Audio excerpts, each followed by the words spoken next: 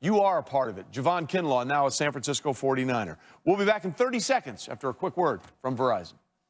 If we weren't able to stream anything, I think they'd be lost. We're all home right now. That's why Verizon is giving you more of the entertainment you want. Daly is usually watching a TV show, and McKenna is almost always listening to music. We love Verizon. I get the shows I need when I need them. Now, unlimited plans come with your favorite artists on Apple Music, shows and movies on Disney Plus, and over 70 top channels of live.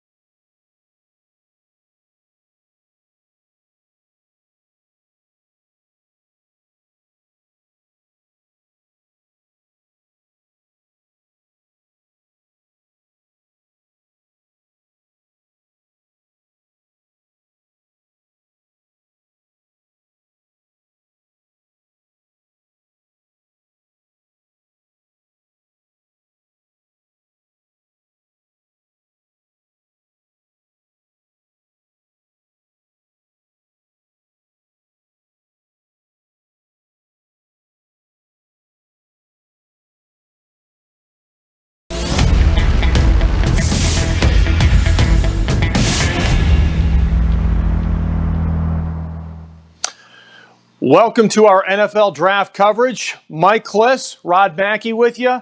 And the Broncos got the wide receiver they got. Mike, there was so much talk that Jerry Jeudy was the best wide receiver on the board. Many thought the Broncos would have to make a trade to get him. They fell to him. The Broncos get the Alabama wide receiver. And look at this, they finally got a Crimson Tide player on their team. They did. I think they were really surprised, Rod, that he was still there at number 15. There were two other teams that had chances to get him, and then you had Ruggs go with the Raiders, a typical Raider move, right? The old Al Davis way, go with speed. They take Henry Ruggs. Speed. And then the 49ers wind up taking C.D. Lamb. The Broncos weren't going to take Lamb. Had the 49ers taken Jeudy, it would have been interesting to see what the Broncos would have done at 15. I think they would have gone defense, but Jeudy was there. They couldn't pass him up. He was their number one receiver all along. The reason why they liked him, Rod, is because he can separate. Never mind speed, it's about separation, and Jeudy is the best among the receiver prospects.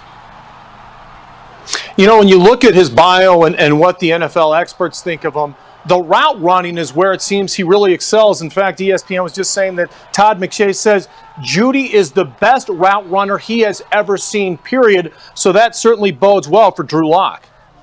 It sure does. He's probably the best route runner since Christian McCaffrey at the Combine. Remember that? When he was darting around those cones. But Jeudy, yes, this is definitely a number one receiver. And he's going to team up well with Courtland Sutton. Look, Rod, the Broncos averaged 17 points a game last year. You got to score 30 to beat the Kansas City Chiefs. This is a huge move for their offense. Now they got Noah Fant at tight end, a big receiving target. You got Melvin Gordon added out of the backfield. And now you got Jeudy along with Courtland Sutton. Looks like the Broncos, if Drew Lock can come through, it's still going to be about Drew Lock. If he does, the offense is very close to competing with the Chiefs. Yeah, you mentioned that dismal 17 points per game, 28th overall in the NFL on offense. They certainly needed this. It's funny because there had been talk earlier today after weeks of their going wide receiver, going offense. Was this a smokescreen by John Elway trying to throw people off thinking, okay, they might go defense? Or is it just the fact that they didn't think a guy with the talent of Jerry Jeudy would fall to them at 15? Yeah, they thought Jeudy would be gone. And if Jeudy was gone, I think they were going to go defense. They were interested in C.J. Henderson. He came off the board. They were interested in a couple of linebackers, Kenneth Murray, also Patrick Queen. We'll never know, I guess. But Jeudy was there at number 15. And the key were the Jets took Becton. That's a team that needed a receiver. Instead, they went tackle. The Raiders needed a receiver. They went with the speed and Ruggs. And then the 49ers were the other receiver needy team, and they went CeeDee Lamb. Jerry Jeudy was the one and only the receiver the Broncos were going to take at 15, and he was there. The 49ers, actually, they made the trade. They got Kinlaw, the defensive tackle, after they made that trade with Tampa, swapping picks. Yeah, that's right. Kinlaw, they got the defensive tackle, did San Francisco. No, that's okay. So basically, the Broncos had their choice. It just shows you what they thought of Jeudy, because they could have gotten the Oklahoma wide receiver in CeeDee Lamb if they had wanted him. He was there for the taking, but obviously they liked the kid from Alabama, who, again, many have said in this super deep draft with wide receivers, he was the best of the bunch. And now I guess Drew Lock can prove that he is. Yeah, and the CeeDee Lamb, the reason why they liked Jeudy over CeeDee Lamb is Lamb was a little too close to Courtland Sutton. They ran about the same. Sutton was 4.54. Lamb was 4.5. They're both possession guys, high point guys. There's nothing wrong with getting another Courtland Sutton, but you want a little mix there at your receiver. And Jeudy is quicker out of the breaks, like you said, a great route runner. He separates. He has a knack for separating from defensive backs, which they say is what it's all about with the receiver. It's one thing to have speed. It's another thing to actually get open. And in Jerry Jeudy, he's a guy that they get open. The Broncos did not have to trade up to get him. He was their number one receiver. He fell to them. They were glad to take him. I think they were pleasantly surprised when the Raiders took Ruggs number one, and then the 49ers passed at 14, taking Kinlaw, the defensive tackle. So, the Broncos were prepared to go a different direction. They stayed the course, and Jeudy fell in their lap. Mike, let me ask you this, because we all know that wide receivers, and I like Emmanuel Sanders more than the next guy, but they can be divas. You've got Courtland Sutton now. Obviously, he wants the football. When it was Emmanuel and Courtland, there was talk who was number one once DT left. Wonder if there'll be friction at all. Obviously, we won't see it, but perhaps in the locker room, who's Drew Lock going to throw to more? Is Courtland going to be the number one guy? Is Jeudy going to be the number one guy? You invest a 15th first-round pick in a guy, you want him to perform, and immediately. Yeah, I think you want something where they're, maybe DT and Emmanuel of 2014, where they both got over 100 catches and both got well over 1,100 yards. I think that's what you're hoping for. I would think Cortland, he's going into his third year. Jeudy, I do think is good. You know, all rookie receivers take a minute to come along. They usually don't explode right away. I'm going to say Cortland Sutton is still going to be number one here in 2020. And, you know, if Jeudy catches 80 and Cortland Sutton catches 90, I think everybody's going to be happy, including Drew Lock, Pat Shurmur, and Vic Fangio. Yeah, you won't be scoring 17 points per game. You're putting stats up like that. Mike, let me ask you this. As you look down, Jerry Jeudy, things he needs to work on. It says Jerry Jeudy, easy drops, needs to eliminate. Sounds like DT, right? High top end, but drops the easy ones once in a while. Yeah, I'm not aware of that. I don't have that scouting report on him. I know there was one later on KJ Hamler, who the Broncos were interested in the second round. But Jeudy, listen, Alabama had all that talent, right? I mean, they got first round picks everywhere, and they're going off the board here. He was the number one receiver. Ruggs, who went higher than him by 3 spots, was the number 3 receiver for Tua. And so that just goes to show you about the production that Jerry Jeudy had. He had over 60 catches each of the last 2 years, had over 1,000 yards each of the past 2 years, 24 touchdowns combined the past 2 years, I believe. So a highly productive player. He's been a big impact player too. He's a big play receiver. Like I say, he has a knack for getting open, settling into spaces, driving the cornerback off him. There's going to be a learning curve. There always is for rookie receivers because they don't go up against the press, the one-on-one in college like they're going to face in the NFL. But this is going to be good for the Broncos. When Cortland is double-teamed, and he might still be, they've got another option in Jerry Jeudy.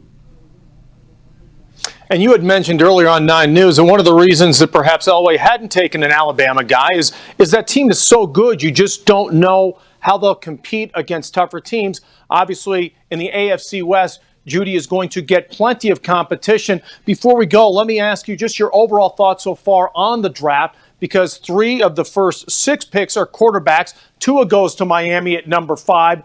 Joe Burrow, as we knew, number 1 to Cincinnati. And you got Justin Herbert, who at one point John Elway liked before Drew Lock got so impressive late in the season, goes to the Chargers. So we'll see him in L.A. So you get the rookie quarterback out of Oregon that the Broncos will see twice a year now.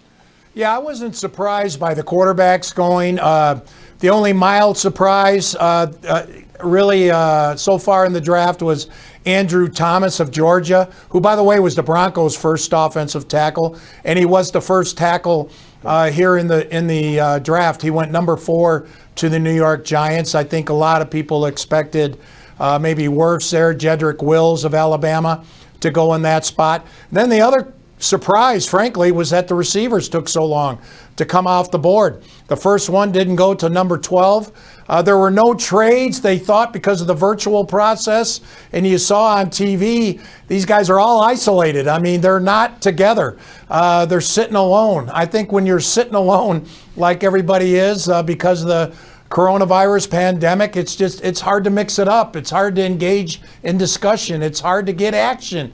And so really the only trade was San Francisco through the first 15. San Francisco trading back 1 spot. Not a whole lot of action here in the first virtual draft for the NFL.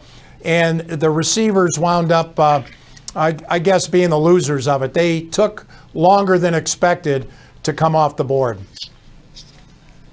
Yep. Very good, Mike. And you got to let you go back to work because you've got plenty to do. Once again, don't forget 9news.com. Mike will have all the digital stories. Plus, we'll have a one-on-one interview with both John Elway and with Vic Fangio. And we'll hear from Jerry Jeudy, the newest Denver Bronco, the wide receiver out of Alabama. They get with the 15th overall pick. All that and more coming up tonight on 9 News at 9 and 10. And again on 9news.com. Thanks for watching, everyone.